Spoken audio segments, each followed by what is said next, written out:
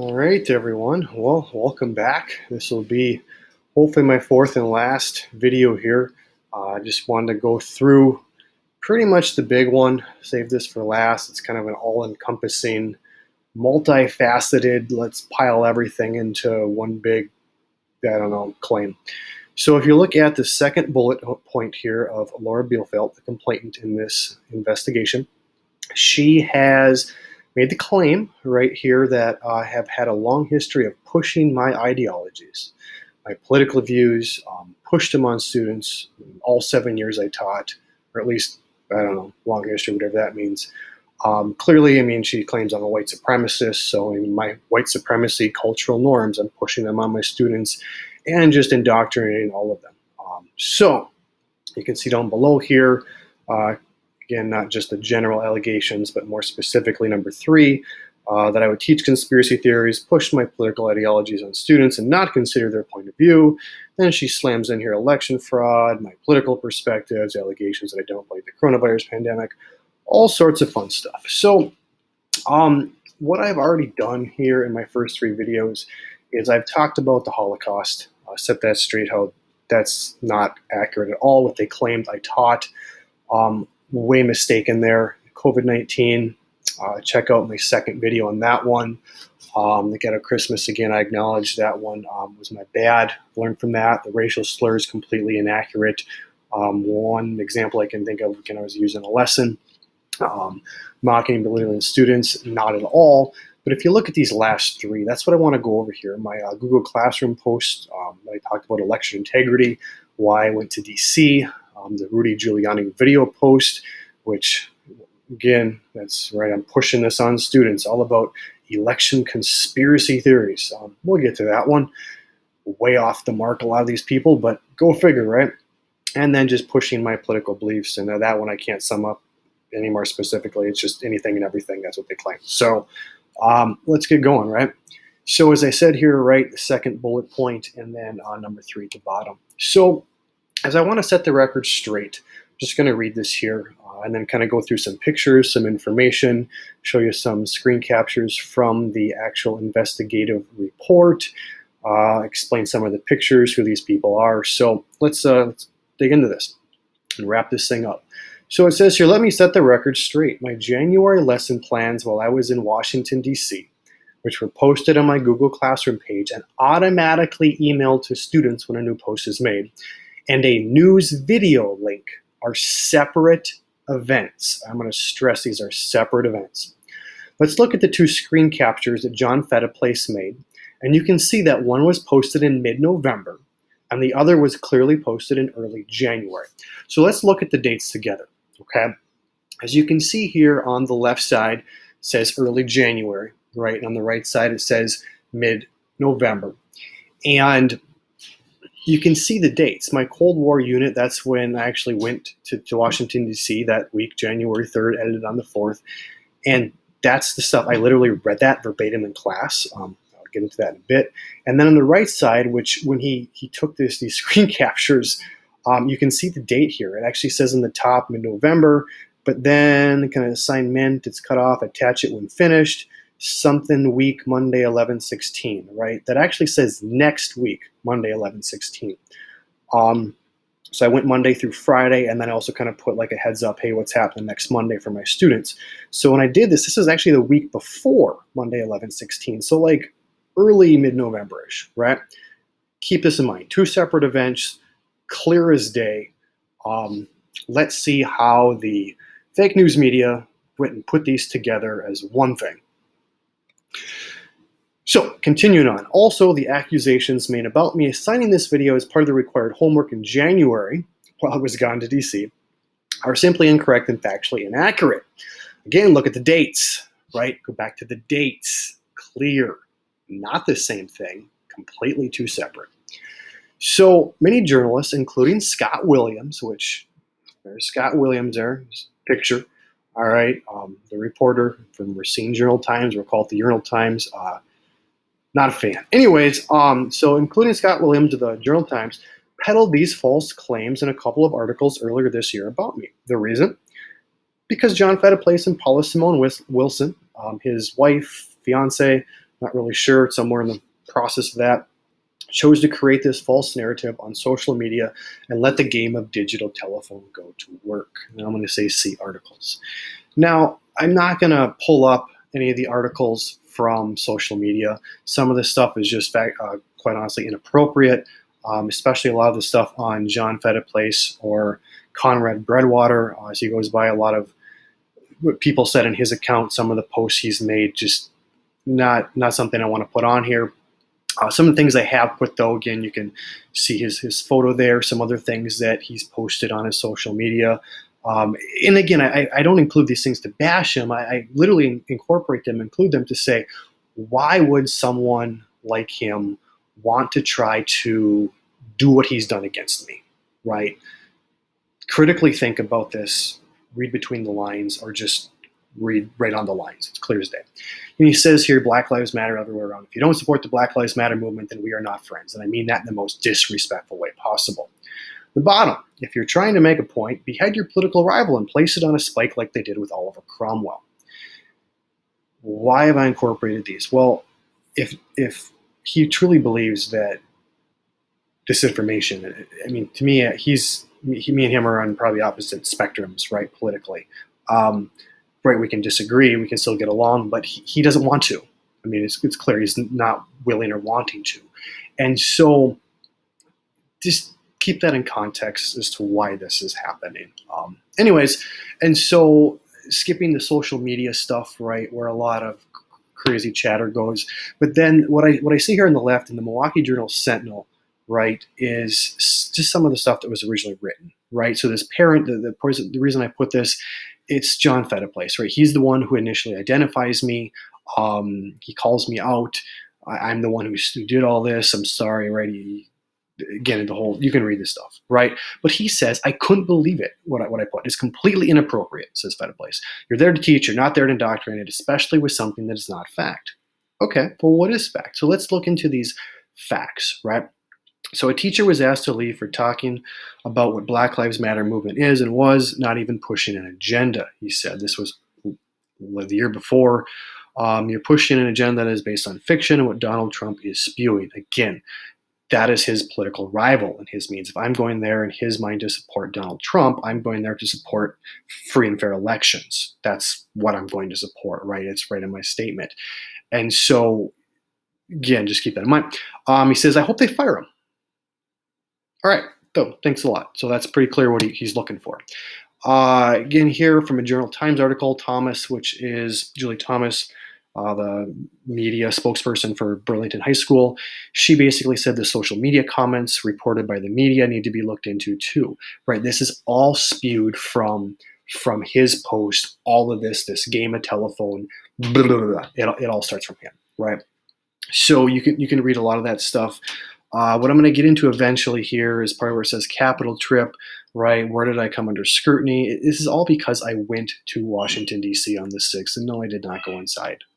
So anyways, yada, yada, the last paragraph. I posted a message to my students indicating that I was taking time off to work that week, off of work that week to travel to Washington to promote what I called election integrity. Correct. I also directed students to watch a video, blah, blah, blah, blah, blah, blah, blah. One can easily see how, well, I must have directed students to watch it while I was gone. Again, not true. Not true. Not true at all, right? Misinformation, media is dishonest. That's how they'll spin it. Setting the record straight once again.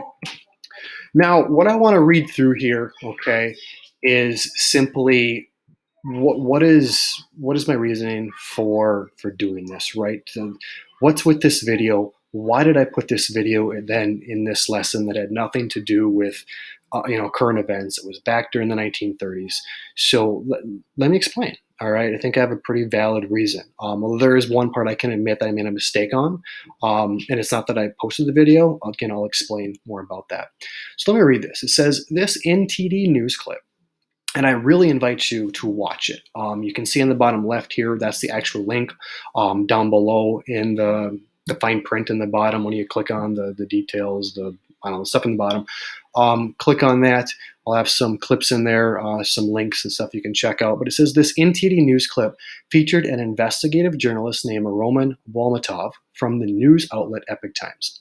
Now, incorrectly in the media, this video clip has been described as the Rudy Giuliani video because of the thumbnail photo of the video. But ironically enough, check it out. Rudy Giuliani did not actually speak nor appear in the video. There's a picture of him, I guess, technically in the video. And that's where they probably got that screenshot there for when it was posted on YouTube. But and I think this even proves the point that these people that are accusing me of pushing this, calling it the Rudy Giuliani video, they didn't even watch it. Because if they did watch it, which I highly advise you to watch it down there, it's presenting facts. These are facts as of the time during November. Okay, so let me continue on. It was titled 2020 Election Update, Day 10, and was from the month of November, before Christmas break. Roman was speaking on election irregularities presented in the state of Pennsylvania election hearings. Also, one must remember, this was breaking news in late November, only 10 days after the election, right? It was titled 2020 Election Update, Day 10. It wasn't in January when I was gone to DC when I posted this. I'm not sure if you ever watched any of these citizens speak at the multiple state election hearings about what they observed, providing sworn affidavits made under penalty of perjury, right? They go to jail. Yeah, not good. But these were legit voter fraud concerns, which have been labeled as conspiracies. And still to this day, many of these voter fraud concerns have not, I repeat, have not been fully addressed or further investigated. All state Supreme Courts have dismissed each case due to lack of standing, as they call it, and have basically declined to look at any of the evidence. Now, currently, the state of Arizona is wrapping up their full forensic audit of Maricopa County's ballots, and a full detailed report is expected by August of 2021. I believe Pennsylvania, they're getting into possibly one right now. Georgia and Fulton County is looking at one too. So anyway, the 2020 presidential election was brought up. Right, no, I guess here's the point. Why did I incorporate this into my classroom? Why did I put it in Google Classroom, right? So you got the details of the video. Now here's how I put it in there. Why? The 2020 presidential election was brought up towards the end of class, even though we were learning about the 1930s Great Depression era, and I made the decision to tie in current events, which is totally allowable. The video segment I showed questioned election results concerning possible illegal ballots in the state of Pennsylvania. This information, again, was considered breaking news at the time and was shown before November 20th when states needed to certify their elections. Keep this in mind. Look at the time when this was put in here, not what the media is trying to assert that I assigned this on January, right, when I was gone. No. All of these facts matter, as this Epoch Times video is literally called Facts Matter. Please watch it, okay? Please watch it. That's what they present at the time, facts at the time, or possible facts, right? So I played a few minutes of the video at the end of class for certain students that were still engaged in the class and said, that's interesting, and simply stated, what do you guys think? What if this is true? As a history teacher, this information, if true, would be unprecedented. I also asked a few of these students if anybody has been following the mainstream election news and heard anything about these election irregularities. Again, this was a sophomore class. Some juniors were in it. Right? I didn't push any narrative, but simply invited these students to think for themselves, as I always do, and look into it further if desired. I then attached a video link on the Google Classroom webpage for easy student access. Like, that's what I did, all right?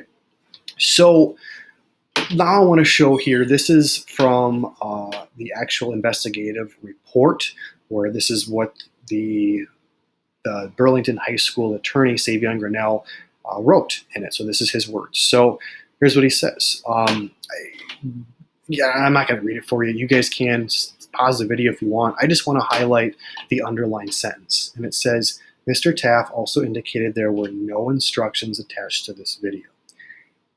And I'm going to come back to that because that is the one thing that I will agree I should have. At other times, yeah, I've assigned work, right? Now, even in the bottom, I'd put like a little, note or, hey, this is extra information, and, put a quick sentence or two. And I'll touch on that here in a bit. That was my bad. I should have. You're right. Okay, Savion Grinnell. So thank you for letting me know that. Again, he then gets into the video, right? He's the one that even says, like, Rudy Giuliani really wasn't in it, right? So gets into some of the policies, controversial issues, and then his conclusion, right? He says, I asked Mr. Taff in general, when posting, showing videos in class, whether he shares opposite viewpoints. According to me, if opposite viewpoints are not shown or posted, I always discuss both sides of any issue with my students. That's true. Mr. Taff then explained that there was never any real cognate discussion of election fraud in my classroom. When interviewed, most students corroborated that there was no, really, there was no discussion of election fraud. We did, right? But at least one student, and I know who that student is. The apple doesn't fall far from the tree. He's the one student in all of this that's trying to oust me. Guess who his mom and dad are? The same two that started this whole thing. Sorry. I'll note that there would be nothing, right? And this is what Save Van Grinnell says. I'll note that there would be nothing wrong for discussing this, right? So he didn't find it controversial. He didn't even find the content to be inappropriate, right? Here's what he says, though. Even though Mr. Taff may have an interest in keeping students up to date about current events, posting the video on Google Classroom without providing any context, introduction, or opportunity for discussion/questions shows questionable judgment. And I agree. I actually agree with him on this one. My bad. I should have included a brief sentence or two doing what the district attorney recommended. And typically I actually have in years past. Now, this only goes to show how this was kind of a spur of the moment, not planned thing. I heard some students talking about something. Hey, let's show this, couple minutes of it. That's it. I'll just slap it in here instead of, having you look it up, check it out if you want. Yeah. So anyways, I acknowledge that one, but there was nothing wrong with the video. Not controversial, not inappropriate, nothing that I'm pushing my views, all the stuff that these people, these individuals have claimed that I have.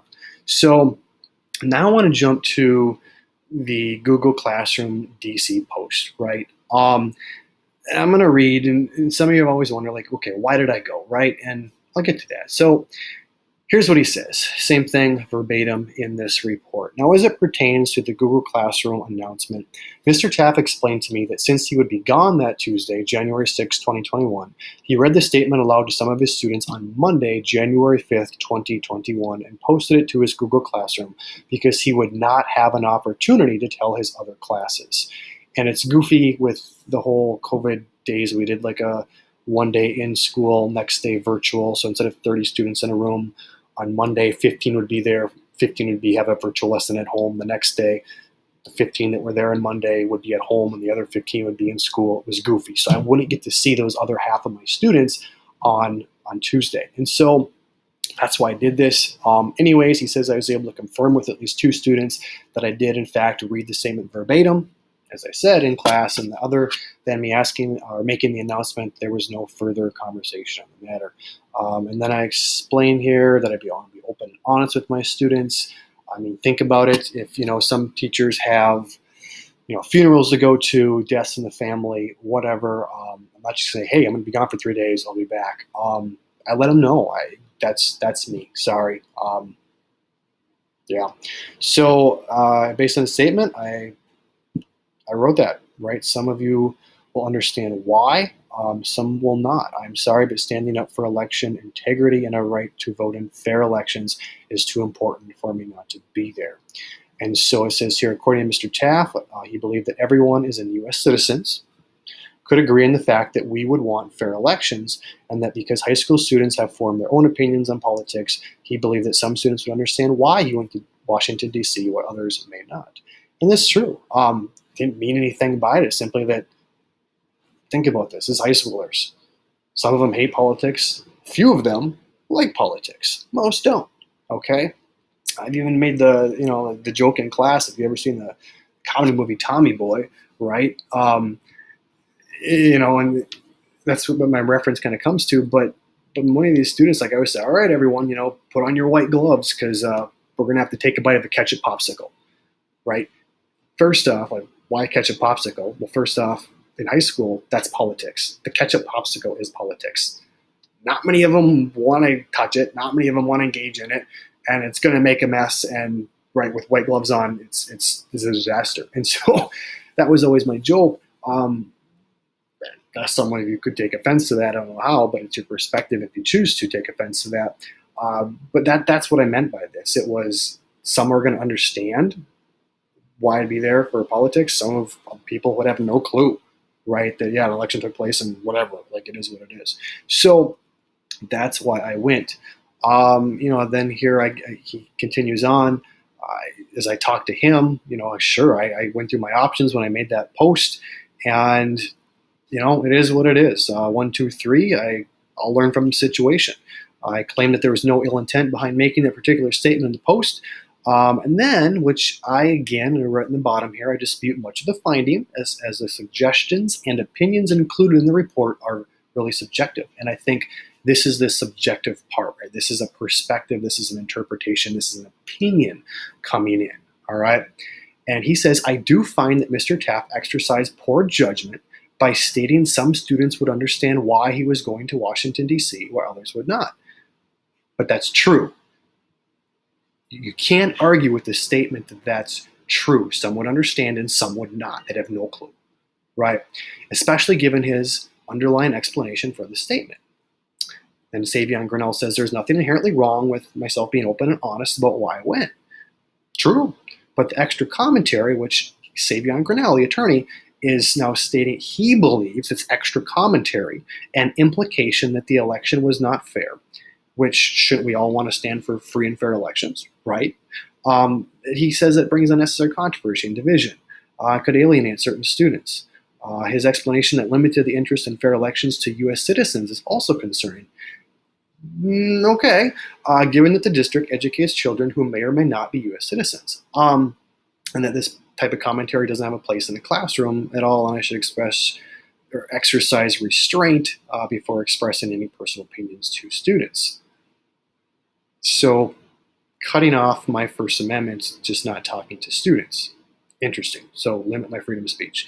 But I want to go back to this part that he wrote here about fair elections to U.S. citizens is also concerning. I'm a history teacher. Like, our country was formed on this big chunk called the rule of law.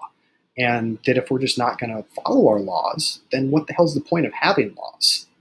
And so I just want you to keep that in mind, that fair elections, there are laws, and laws should be followed. And if they're not, that's breaking the law, and there should be consequences for breaking the law. Should be, not always, but what do I know? I just teach this stuff.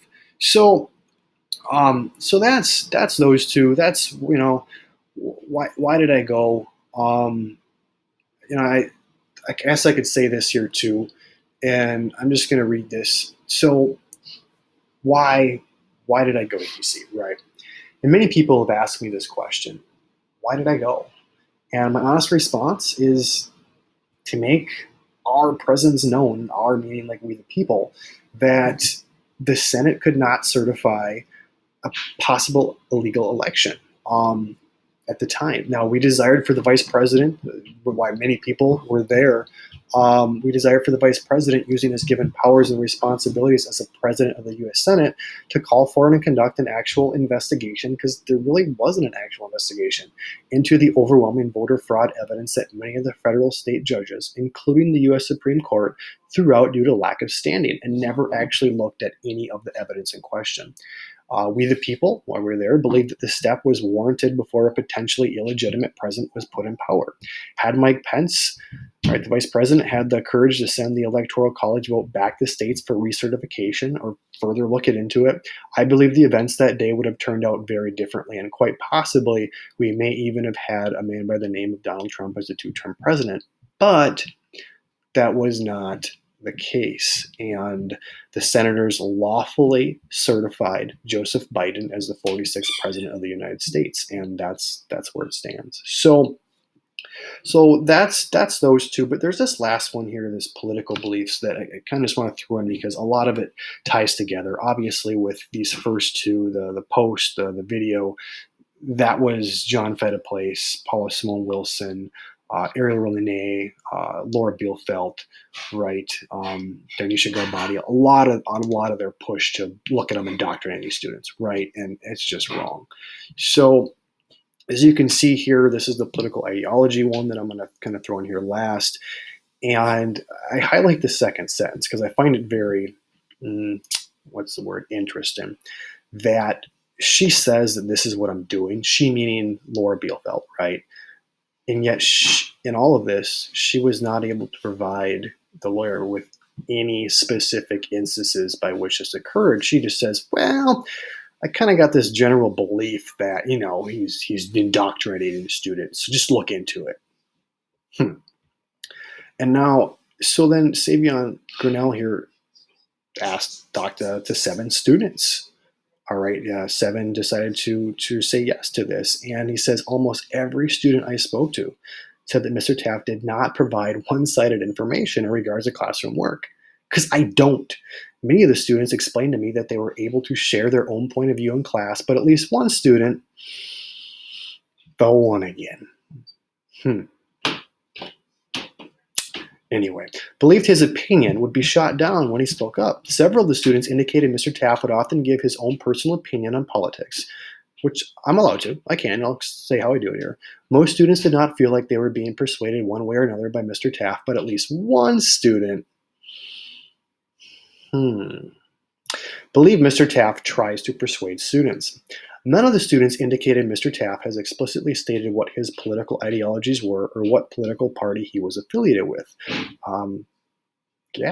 However, a few of them indicated they could infer by his comments in class. Good for them. They can critically think and come to a conclusion. Whether they're right or wrong, that's what they've concluded. A majority of the students believe that while Mr. Taff might give his own opinion on a topic from time to time, he encouraged students to do their own research and form their own opinions on matters they discussed in class. True. 100%. On top here, that's the board policy 2240. And so it says, like, I can give my opinion on matters as long as it's at the end of talking about that particular topic. And many students over the years, they said, can you just tell me, what do you think about this? What's your opinion? I'm like, I'll tell you at the end if I decide to at all. And anyways, it says here, as noted above, there was only one student. One student again, who expressed he believed Mr. Taff indoctrinated students. However, this attorney did not come to the same conclusion based on the overwhelming evidence with the discussions of students, some of which have had me for 2 years back to back, and board policies. As long as I identify my personal opinions at the end, right, I'm not trying to persuade anyone. He says he cannot conclude that I indoctrinated students or persuaded them towards a particular viewpoint. However, he recommends this below, and it says the district should meet with Mr. Taff to discuss expectations for curriculum and the use of controversial topics and materials in the classroom. Written directives should be provided as appropriate. Now, what that is going to turn into, I have no idea. That's his recommendation. And so wrapping this thing up, again, thanks for listening this far. If you're still here, appreciate it. But the advice of this Burlington High School lawyer is these 3 bullet points. So I got to participate in some kind of meaningful professional development, some sort of cultural sensitivity training, and then their administration is going to talk to me about my curriculum, what I can use, what I can't. We'll see about that. And then they're going to put me under strict supervision, unannounced observations, which I have nothing to hide. Some people are going to say, like, are you kidding me? They're going to come in your class. I don't care. If they want to, I don't want to say babysit, but if they want to observe everything, sit in the back corner, like, come on. I have nothing to hide. That's the point of this. A lot of teachers would get upset about that. It doesn't bother me at all. I've never gotten nervous for that. Include them in the lesson. Here's what's going on. So anyways, that's what I got. In the very bottom here, again, the descriptions, what it's called. You got some links and also the Epoch Times news video. Please watch it. It's about 10 minutes. Nothing wrong with it. It's called news. So that's that. Go back to the beginning here. God, it's so frustrating, man. Two different times. Let's just, good old media fake news. Good Lord. So that's it. Thanks for listening, hearing me out. I should be back. Actually, will be back next year at Burlington High School teaching. And all of this, even Laura Bielefeldt, the complainant in one of the articles, she even said, like, I figured this would happen. That they wouldn't find him guilty of anything. Well, first off, you presented no evidence. You just made a bunch of claims. A lot of them were bullcrap claims. A lot of them was hearsay, game of telephone, BS social media banter, and that's it. That's what. No, it's false. The narrative is false. This is all a bunch of bullcrap. Has been since the beginning, and it's so particularly frustrating. So hopefully this helped clarify some stuff for you. On that note, have a good one.